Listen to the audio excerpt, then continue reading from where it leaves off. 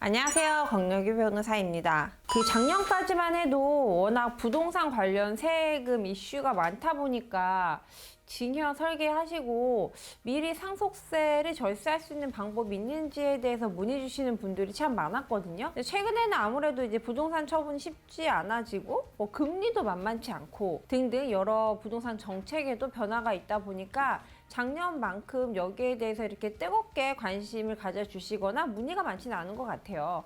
그럼에도 불구하고 저희가 상속세에 관해서 이것만큼은 좀 반드시 알아야 한다. 이런 체크리스트 꼭 해보자. 요 정도는 알고 있으면 참 좋겠다라는 부분을 제가 오늘 몇 가지 말씀드려보고자 하는데요. 많은 분들이 상속세 하면 제일 오해를 많이 하고 계시는 게 첫 번째, 상속세는 돌아가신 분의 사망 당시 재산을 기준으로 세금이 부과된다. 이렇게 알고 계시는 분들이 참 많습니다. 그런데요, 이 상속세는요, 여러 사실 재산이 혼입되게 됩니다. 그래서 돌아가신 분이 10년 내에 상속인들, 가족들에게 증여하셨던 재산이 있으시다면 다시 이것도 상속 재산으로 합쳐져서 상속세, 과세 대상이 되게 되는데요. 이 얘기 들으면 또 그러실 거예요. 저 그때 증여세 다 냈는데요? 근데도 상속세 대상이 된다고요? 이렇게 또 궁금해하실 분들 있거든요. 또는 저 그때 증여세 내는 건지 몰라서 안 냈는데? 라고 하시거나 또 경우에 따라서는 그 상속세 신고 제가 안 할 건데요. 이렇게 상속세 신고 안 해도 이런 10년 징역 이런 것도 고민해야 되나요? 등등 꼬리에 꼬리를 무는 질문들이 많이 생기실 수 있습니다. 상속 신고를 하시던 안 하시던 상속세 부과 대상이 되는 이 상속 재산이라 함은 돌아가신 분이 사망 당시 갖고 계셨던 재산, 그리고 10년 이내 상속인들한테 증여했던 재산, 5년 이내 상속인이 아닌 제3자에게 증여했던 재산 다 합산돼서 이 전체 재산이 바로 상속세 부과 대상의 기준이 되는 상속 재산이 됩니다. 이렇게 정리해 볼 수 있습니다. 만약에 아까 이제 질문해 주셨던 것들 중에 근데 미리 증여세를 냈는데요. 이런 경우에는 이제 그 상속세가 산정이 되면 거기서 이미 납부한 세금은 이제 이렇게 빼기가 돼서 그 차액만 내게 된 시스템인 거고요. 어쨌든 이 상속 재산이 되고 안 되고요. 증여세를 냈고 안 냈고는 영향을 미치지 않는다. 이렇게 이해하시면 될 것 같아요. 상속 신고에 대해서도 상속세 신고에 대해서도 참 궁금증들을 많이 가지시는데요. 이 상속세는 이제 망인이 돌아가신 날에 속한 달의 말일로부터 6개월 내에 이 상속세 신고를 하셔야 됩니다.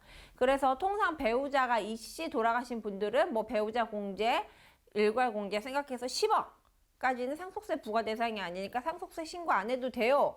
또는 배우자가 없이 자녀들만 또는 직계존속만 있이 사망하신 분들의 경우에는 5억 이상이 넘지 않으면 상속세 신고 안 해도 돼요. 이렇게 알고 계신 분들 꽤 많은데요. 어떻게 보면 반은 맞고 반은 틀린 말일 수도 있습니다. 첫 번째, 이제 상속세 신고를 안 한다고 해서 상속조사 대상이 안 되는 건 아닙니다. 이 경우에도 상속조사 대상은 되는 거고요.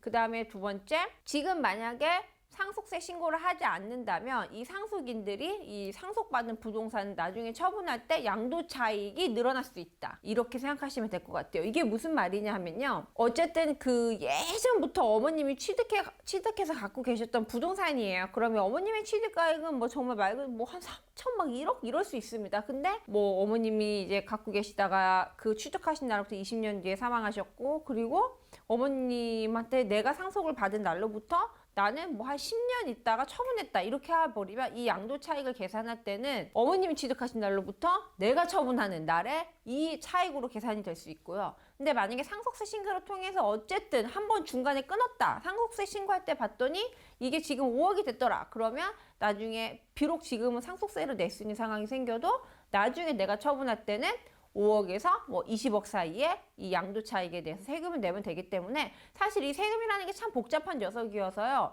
이게 좋다, 이게 안 좋다 무조건적으로 말할 수 없고 다 시뮬레이션을 돌려봐야 됩니다. 그래서 전문가의 도움이 필요하고요. 이럴 때는 상속세 신고를 하는 게 낫나 안 낫나 등등 여러 가지 검토할 부분이 당연히 필요합니다. 아까 제가 말씀드린 부분 중에 내가 증여세를 다 냈는데 왜 또 상속세를 부과해요? 라고 의아한 분들이 계실 것 같은데요. 정말 상당히 많은 분들이 그러세요. 저는요, 죽기 전에 징여 다 해가지고요. 우리 자식들이 상속세 걱정은 안 해도 돼요. 제가 그렇게 다 만들어 놨어요. 이렇게 얘기하시는 분들 있는데요. 그래도 상속세는 부과될 수 있다. 이게 왜 그러냐면은 증여세는 증여받은 사람의 기준으로 부과되는 세금입니다. 제가 이제 매번 말씀드리는 말인데 그렇지만 상속세는 상속 재산을 대상으로 부과되는 세금입니다. 지금 뭐 증여에 대해서도 5천만 원까지는 세금이 없이 증여할 수 있고 이런 것들 다 아시잖아요. 뭐 직계비속 같은 5천만 원까지. 그래서 이런 거 낼 때는 증여세를 안 냈는데 나중에 이게 상속 재산으로 들어올 때는 예를 들면 자식이 10명인 겁니다. 그래가지고서는 뭐 5천씩 세금 없이 다 이렇게 증여해 줬는데 이때는 세금 없이 처리가 됐지만 돌아가신 이후에 봤더니 이게 상속재산으로 들어오면 상속세 부과 대상이 될 수 있는 상황이 생기는 거죠. 이런 차이점이 있어가지고 증여세를 다 냈다고 해도 상속세가 없다 이렇게 생각하는 것에는 조금 다를 수 있다 이렇게 생각하시면 될 것 같고요. 그리고 많이들 참 놓치시는 게 말년에 부모님 편찮으시면 부모님이 재산이 분명히 있으신데도 막 본인들이 병원비를 내시거든요.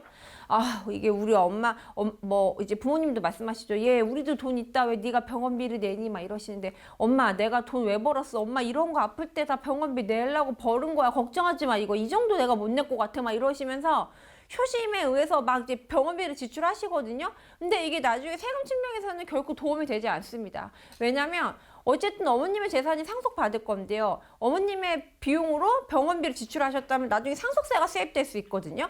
그렇기 때문에 어머님, 아버님께서 일정 자산이 있으시다면 자손들이 병원비를 내고 싶은 굴뚝 같은 마음이 있더라도 나중에 세금 문제를 해결하기 위해서는 어머님, 아버님 비용에서 세금을 병원비를 지출하시는 게 세금 측면에서 훨씬 좋다. 이것도 참고하시면 좋을 것 같습니다. 그리고 그 상속세를 상속세 신고 기한 내에 자진 신고해서 세금을 납부하실 경우에는 3%의 감액이 있으니까요. 뭐 예전에는 조금 더 높은 비율로 감액이 있었는데요. 점점 줄이다가 이제 최근에 3%가 됐습니다. 어쨌든 그래도 이제 납부하셔야 될 세금이 큰 경우에는 3%도 굉장히 크거든요. 그래서 상속세 신고 기한 내에 신고하시면 이런 혜택이 있다. 다만 상속세 신고 기한 놓치시면 가산세가 무섭게 붙으니까 이 점 꼭 주의하시면 좋겠습니다.